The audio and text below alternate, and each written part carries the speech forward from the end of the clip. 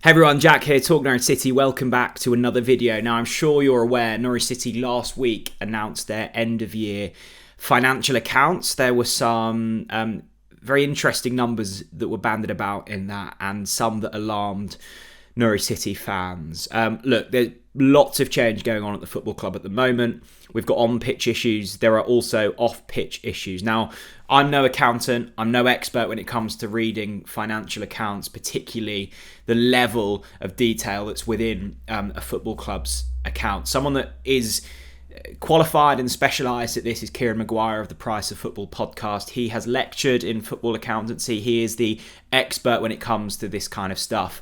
I went to Kieran. We've got context around the Norwich City numbers and also context around an EFL club trying to operate at this level. I think it will provide clarity and insight around the situation with Norwich City at the moment. So sit back, grab a cup of tea, maybe a notepad, and listen to Kieran Maguire talk about the Norwich City football accounts.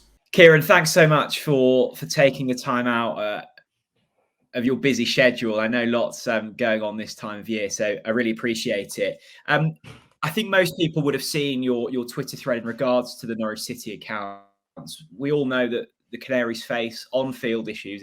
It does seem as if there are off-pitch concerns as well. What really stood out to you when you were reading through the latest accounts published? I think the thing which really hit me was the degree of volatility as far as Norwich City are concerned. Now, I appreciate that the media rather glibly refer to Norwich as a yo-yo club, but in my view, looking at the club from a historical perspective, they've always been a fairly solid operation. But what we have seen over the course of the last couple of seasons in particular, remember that the last two seasons have been non-COVID, is the club has been losing 450 grand a week, despite 1 year in the Premier League and 1 year with the benefit of full parachute payments. And that appears to be, for me, it's been a significant change in the philosophy of the club, in the sense that, and you're much closer to this than I do. I'm not qualified to talk about anything in terms of football itself. But from my view, looking at the numbers, when Norwich were promoted in 2015 and when they were promoted in 2019, both of the following seasons in the Premier League, they made a modest attempt to maintain that position. Whereas what we saw in 21-22 was the club really went for it. The wages increased by 70 odd percent. It was a record level of expenditure in terms of player signings. And instead of having an air shot, which I think perhaps that could have been an accusation that was made in previous years, they, to a certain extent, went for it, and it didn't work. And what we've therefore seen in 22-23 is very much a legacy of that. And despite the benefit of parachute payments, which are a double-edged sword in many regards, the club is now in a significant loss-making position. It's got a very high cost base. It does have the benefit of new investors, as we know, with the American investors coming in and Delia effectively giving away or agreeing to share control. So there's a lot going on in the numbers, and I appreciate from what you're saying to me that there are issues on the field as well. But they're probably best discussed with other guests, because my footballing knowledge is hopeless. It's interesting you raised the kind of word philosophy there, because I think historically Norwich City have been regarded as quite a well-run club, and we've always known our means, and we're never kind of trying to stretch beyond that point. Do you think it's fair to say that that's now not the case, and there have been issues with the way we've spent money, whether that be on player transfers or other things? Do you think there are issues at kind of a board level now? Not necessarily, and the reason why I say that is I think historically Norwich has been a very good club in terms of player development and player trading. So if we go back to 2020-21, when they'd just been relegated from the Premier League, they generated £66 million from player sales, and that effectively funded the ability to be competitive and go straight back up to the Premier League. What we saw at the end of 21-22, that was not replicated, and therefore the club was in a slightly weaker position. Now, the reasons for that, again, I expect it's more to do with the footballing side of the business than the sort of the commercial and sort of strategic sides of the business. I don't know whether, in your view, the wrong players were signed. There was certainly little indication of the club being able to make money from player sales, which is something which you normally associate with a club that's just been relegated. If we take a look at Leicester City, for example, James Maddison's gone, Harvey Barnes has gone, Tielemans has left, and yet they've still got a core of a team and they were able to buy in. That didn't appear to be the case with Norwich as far as 22-23 was concerned. And I think you were left with players on pretty high wages. I estimate probably in the region of 25 grand a week, which means that who's going to take them off your hands? The players aren't going to walk away from the contracts because they're out to maximize their income, and there's nothing wrong with that, by the way. Both the club and the players sign the contracts in good faith, and there will have been some significant relegation clauses employed, but there's clearly not enough admirers for other clubs to want to take those players off your hands. So it could be that it's something to do with the recruitment side. For whatever reason, it didn't work out. I think you alluded to it earlier, Kieran. And I think some of the media messaging, particularly in the kind of 2019 promotion, was that when Norwich did reach the Premier League, they maybe didn't give it a go, and I guess that relates to kind of spend in the transfer market. Having read through your breakdown of the latest accounts, I think you mentioned that Norwich's kind of average or wage spend was actually higher than that of Brentford and Brighton, two clubs who are kind of deemed to have the textbook approach at the moment. So the kind of narrative of Norwich not giving it a go in the most recent promotion is nonsense, isn't it? On the basis of these numbers, I would say that argument certainly has some credit. Based on my figures, which I hasten to add include a lot of guesswork and estimates. Norwich's average weekly wage was £39,000 a week or just under 40 grand a week in 2019-20, which wasn't particularly competitive by Premier League standards. And let's face it, it's still a hell of an amount of money. But that went up to around about 52, 53 grand a week on average.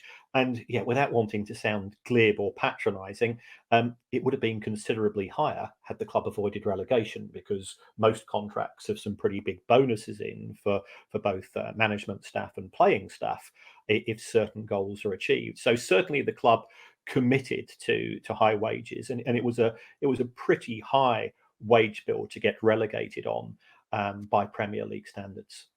I think what really stood out to me on your breakdown and was alarming to me, and you might be able to say, yes, Jack, you're right to be alarmed or to calm me down somewhat, was so Norwich City's borrowings up to £96 million. That's an increase of 37%. And I saw that you said that the interest repayments on that are close to 130,000 a week. Is that right? I mean, that just seems wildly high.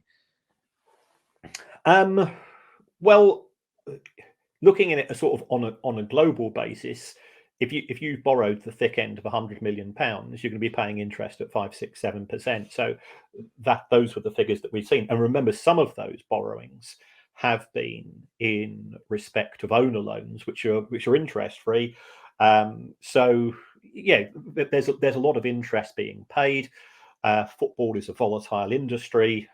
There's a restricted number of people who are willing to lend, because you can't pop into your local branch of Lloyds or Barclays as a football club and say, lend us 20 million quid, because bank managers are really scared about lending money to football clubs, because if they lend to you or I and we're in business and things go wrong, they can make our life really awkward. They can effectively foreclose the business.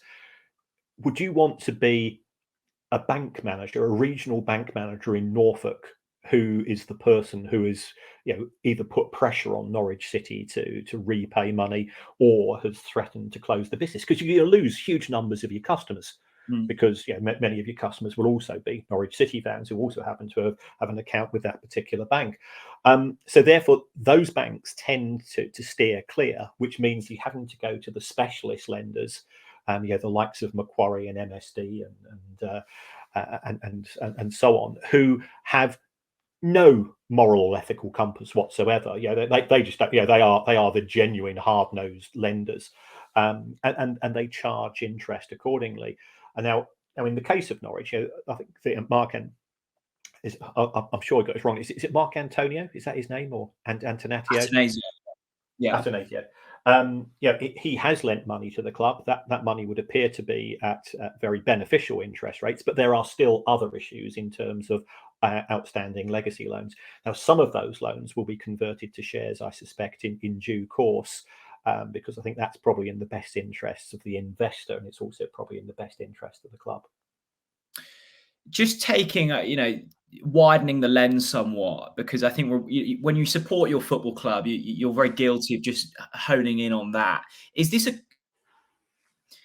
the financial situation, particularly of Championship clubs trying to chase that Premier League dream, and in Norwich's case have been there and they've tried to sustain it, and for whatever reason that hasn't really worked in previous campaigns? Is this a theme we're going to start to see with Championship clubs of maybe over leveraging themselves and getting into some kind of financial difficulties? Yeah, I mean, I can absolutely understand your position, Jack. In your focus is on Norwich City, and these are pretty significant losses that the club's made. Welcome to the club, because Bristol City, who are, should we call, I don't want to sound this packed, a hardy perennial of the Championship, haven't really bothered the scorers, have they, in terms of playoffs or promotion chances? Well, they lose 400 grand a week every year. And they've been doing that for the last 4 or 5 years. You've got Steve Gibson at Middlesbrough, who's stuck in well over 200 million quid of his own money. Middlesbrough lose a fortune. Even some of the smaller clubs, the likes of Millwall and Preston, they're losing over 10 million pounds. Yeah, that's 200 grand a week that somebody's having to find in order to fund the losses, in order to fund the lottery ticket. And that's what it is. If you think about it from your point of view of being a Championship club owner, if things work out, you're going to go to the so-called promised land of the Premier League, and you think you're going to make a lot of money, although that's actually in itself a fallacy. So you've got a chance of going from 7 to 8 million pounds a year in terms of what you get as TV money in the Championship to 100 million in the Premier League. That's worth taking a gamble on, isn't it? Yeah, those, especially when those odds are, in theory, 3 in 24. That's 1 in 8. Realistically, trying to not. I feel I'm insulting an awful lot of people here. If you're Rotherham, you ain't going to be. If you're Rotherham, you're aiming for 19th. And there's a few clubs. When Wickham go up, when Peterborough go up, So realistically, you've probably got a 1 in 6 or 1 in 7 chance at the start of each season, and the fans know that, that, the coach knows that. The coach also knows that the average period of employment for a Championship manager is 10 months. So the coach wants to spend money, because if we don't spend money in the next 2 windows, you're sacked. Yeah. That's the way that it works out. So everybody is focused on overspending. People will say, well, what about financial fair play, and why aren't the EFL doing anything? But I think there's very much a misconception as to the role of the EFL. The likes of Trevor Birch and Nick and Rick and so on is to apply the rules which have been agreed by the owners and chief executives of Championship clubs. Well, the Championship clubs agreed in, I think it was 2013, to have a maximum losses of £3 million over 3 years, and then they changed this a year later to make it 39 million. And then they've got as many get out clauses. We've seen the likes of Sheffield Wednesday and Derby and Birmingham and Reading at Sheffield sell their own stadiums to the owner in order to make the profits, which allow them to keep within financial fair play, and so on. So nobody seems willing to grasp the nettle, which is an inability to control costs, because they all want to be promoted. And let's be honest, we as fans, we're just as guilty as that, because it's one thing if you've got Middlesbrough coming to Carrow Road on a Tuesday night. It's okay. You're a loyal fan. You potter along. If it's Chelsea or Liverpool or Manchester United or Manchester City or Arsenal, there's a little bit more frisson. There's a little bit more anticipation and excitement, because this could be the time that we turn them over. And everybody wants to be in the club where there's only probably 10 places, because we know we've now got a big 7 in the Premier League. I think the likes of Villa and Everton have been hardy perennials. So you're chasing a very, very scarce market in trying to get into it through promotion. We've already mentioned, Kieran, clearly a lot of change going on at Norwich City at the moment, with the Atanasios coming in. You've got Stuart Webber, our sporting director, who'll be leaving in a couple of months' time. I think, Delia and Michael Wynne-Jones have clearly, whatever the expectations, have done well in their own rights, considering the limitations of their own wealth. Plenty of fans will be pinning hope on the Americans coming in and maybe giving us the financial power to really kick on and maybe sustain ourselves as a Premier League football team. With what and I guess what you've seen from other clubs, is there reason to be excited about this external investment, or is it something to be approaching with caution?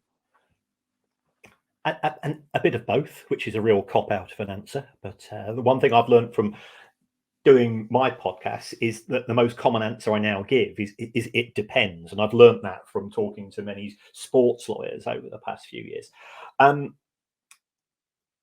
It depends upon the philosophy of the new owners.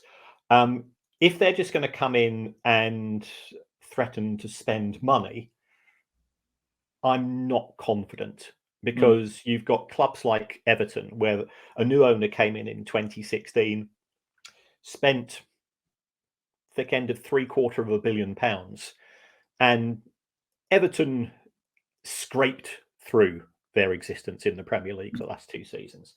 And they're up on charges from the Premier League, and they've got the stadium which is half finished, and nobody knows where the money's coming from to finish it. You've got Derby County, whose owner put in, again, thick end of £200 million, brought in Frank Lampard, telling fans what they want to hear. And one of the hardest things in all aspects of life is telling people what they need to know rather than what they want to hear. And when he got bored, or when his family turned round to him and said, Mel Morris, this is our inheritance that's going out the door. And he says, yeah, okay, I'll put the club into administration. Sheffield Wednesday have got an owner who gambled, didn't work out, messed around with stadium sales. The club, spent a few seasons in League One as a result. Could you try again? Sorry about that. That was Siri.